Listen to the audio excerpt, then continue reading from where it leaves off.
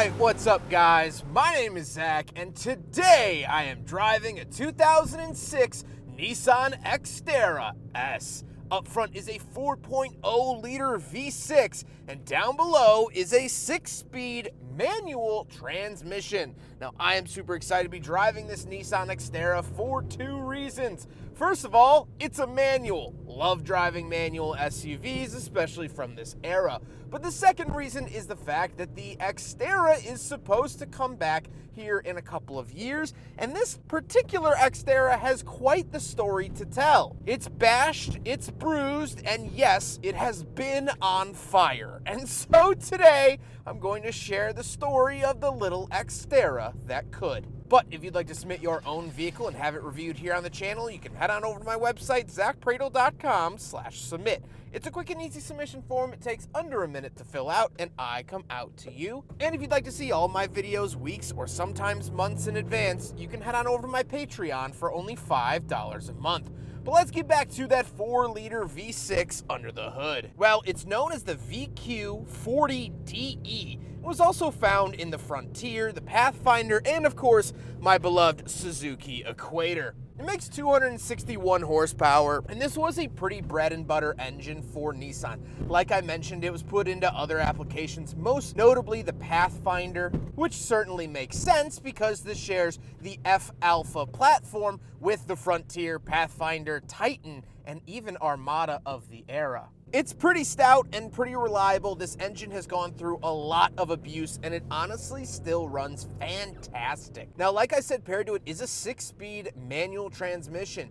It feels great. It has a super notchy throw. The clutch is light and forgiving. It's just overall such a wonderful transmission, so easy to drive as well. If you're new to manuals, this is a great vehicle to learn on. Because of the torque of that 4-liter V6, you're not at a huge risk of stalling. You don't need a whole ton of RPM to get it into gear, so it is a pretty good learning tool, and I'm really enjoying it here today. Putting it through the gears in snowy Wisconsin has just been so pleasurable. Last but not least about the drivetrain, this Xterra is 4-wheel drive. However, you could find them in 2, but interestingly, every single manual transmission Xterra actually got a Dana 44 differential, or you could get it on the Pro 4X. So very cool to get that, and that is a very nice rear diff. It's the M226 if you want specifics, but definitely nice to see that here in the Xterra.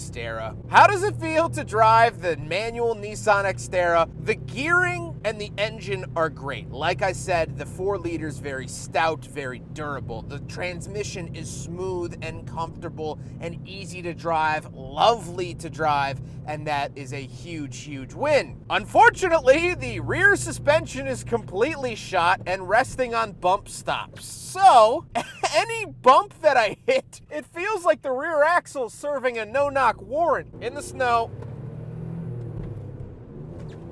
Oh my God, it's a bucking Bronco! Woo-hoo-hoo! It's certainly something. If my spine is anything but dust after this, it will be a miracle on 95th Street. Oh man. So besides that, again, I want to emphasize it is still running and driving. It is still doing that job, and it's been very reliable. This drivetrain has been known to go 1,000,000 miles. There was someone that did it in a Frontier. So that's all very good. It's just this particular one, which has seen hell and high water, doesn't ride super nice. But that's okay. With that stuff out of the way, let's talk about the interior. Well, in front of me, I have 4 gauges. Off to the left is my coolant temperature and tachometer, and off to the right is the speedometer and fuel. On the steering wheel, we do get cruise control off to the right. This is sort of offset, same that you would find in like a 350Z. You see a lot of carryover from the 350Z into the Xterra. And off to the left, we have a climate control vent and our power mirror switches, along with 2 dead switches because the S was a more basic trim level. Moving on to the door, we have the latch to get in and out, power locks, and power windows. And moving into the center, we get a little cubby up top for your earplugs. We get a radio with a CD player, Very basic, but it works. We get our climate controls. We have fan speed off to the left, temperature in the center, and where to send it off to the right, as well as our AC and recirculating buttons. And then down below, we have our four-wheel drive settings, as well as our VDC off, and two 12-volt outlets. Absolutely love this. Super ready for accessories and whatnot. Cubby down below, and then the shifter. The shifter is tall, it is proud, but it does feel somewhat economy. It's sort of rubbery and plasticky, and you know, not this super premium, but this Xterra is the S, so it shouldn't be super premium. So fits the bill there. I think it works well. And then we do have cup holders, so we will do a big friggin' bottle test. And unfortunately, the cup holders are actually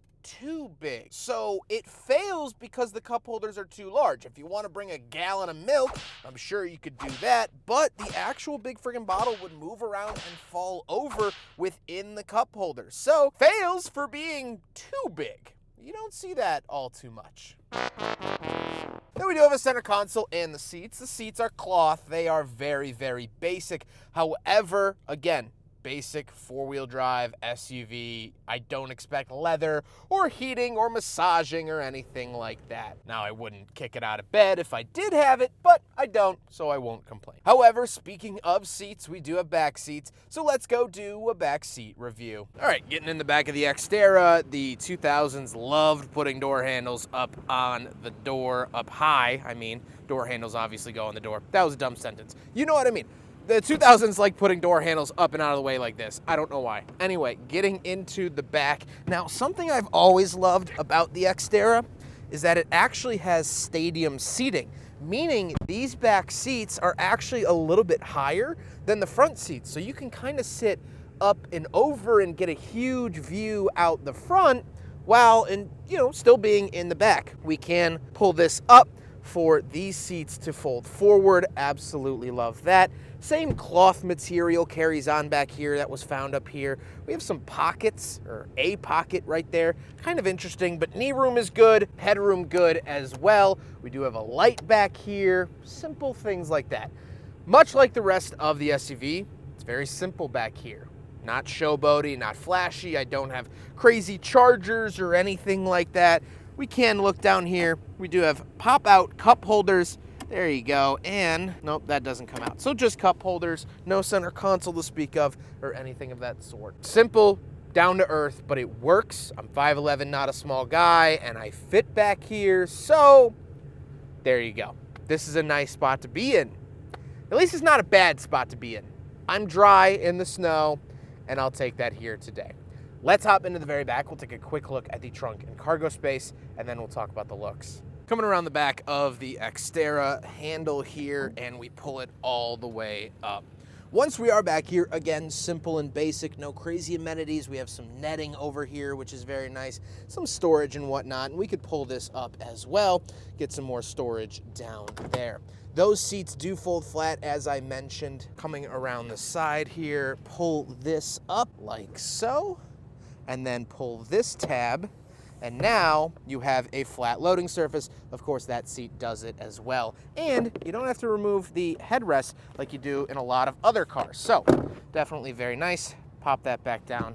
There you go. So tons of storage options here in the Xterra. Nothing mind-blowing, but very, very useful. Now we gotta talk about the looks, and I do like the look of the Xterra. I think it was pretty well designed, just in the fact that it is pretty basic, but still very rugged, still very utilitarian, still very macho, and I like that. You know, it's not overstated. If you pull up, the topic of conversation isn't gonna be the grille like it is with some Lexus products or how ugly or attractive it is. It's gonna kind of seep into the background. I think a lot of people want that with their cars. So if you want flashy, this ain't it, but I do think it's well proportioned, and I think it's aged pretty well for now 20 years later.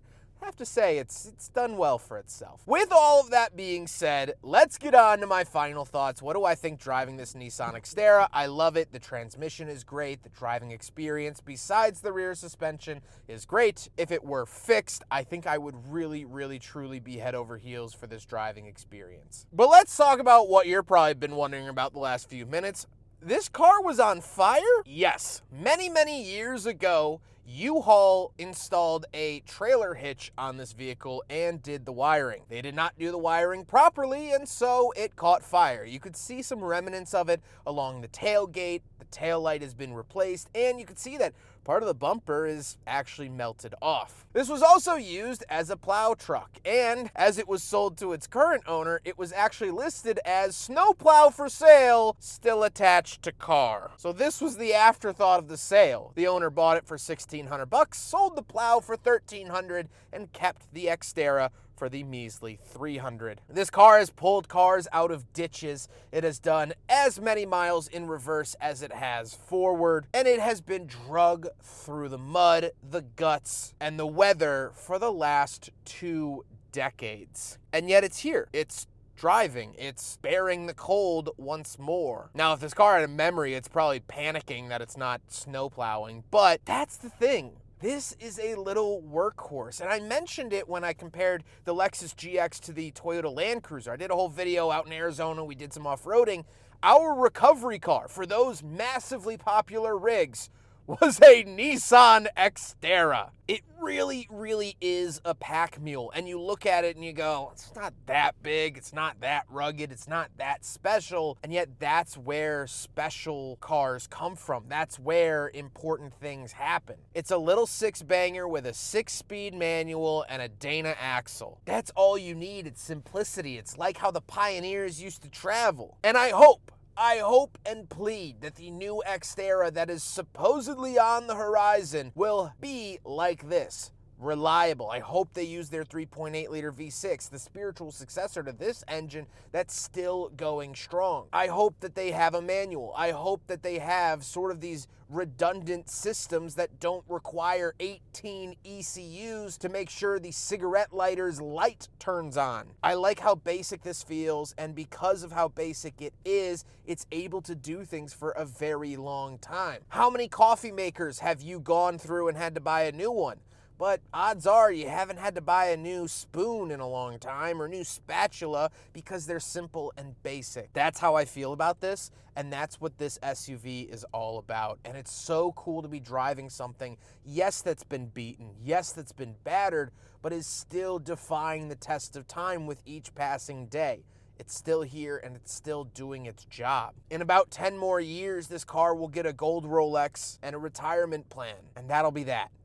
Well, I guess if the rust doesn't get it first. I hope you guys enjoyed the video. Huge thank you to John for sharing his Xterra with me here today. John has been absolutely wonderful to work with. Although he lives in Wisconsin, he's an Illinois transplant, so he's good folk to me. And I appreciate him meeting me here on a snowy, cold, wintry morning in the Midwest. But I hope you guys enjoyed the video. Don't forget to rate the video, comment on the video, and subscribe if you really liked it. Take care, guys.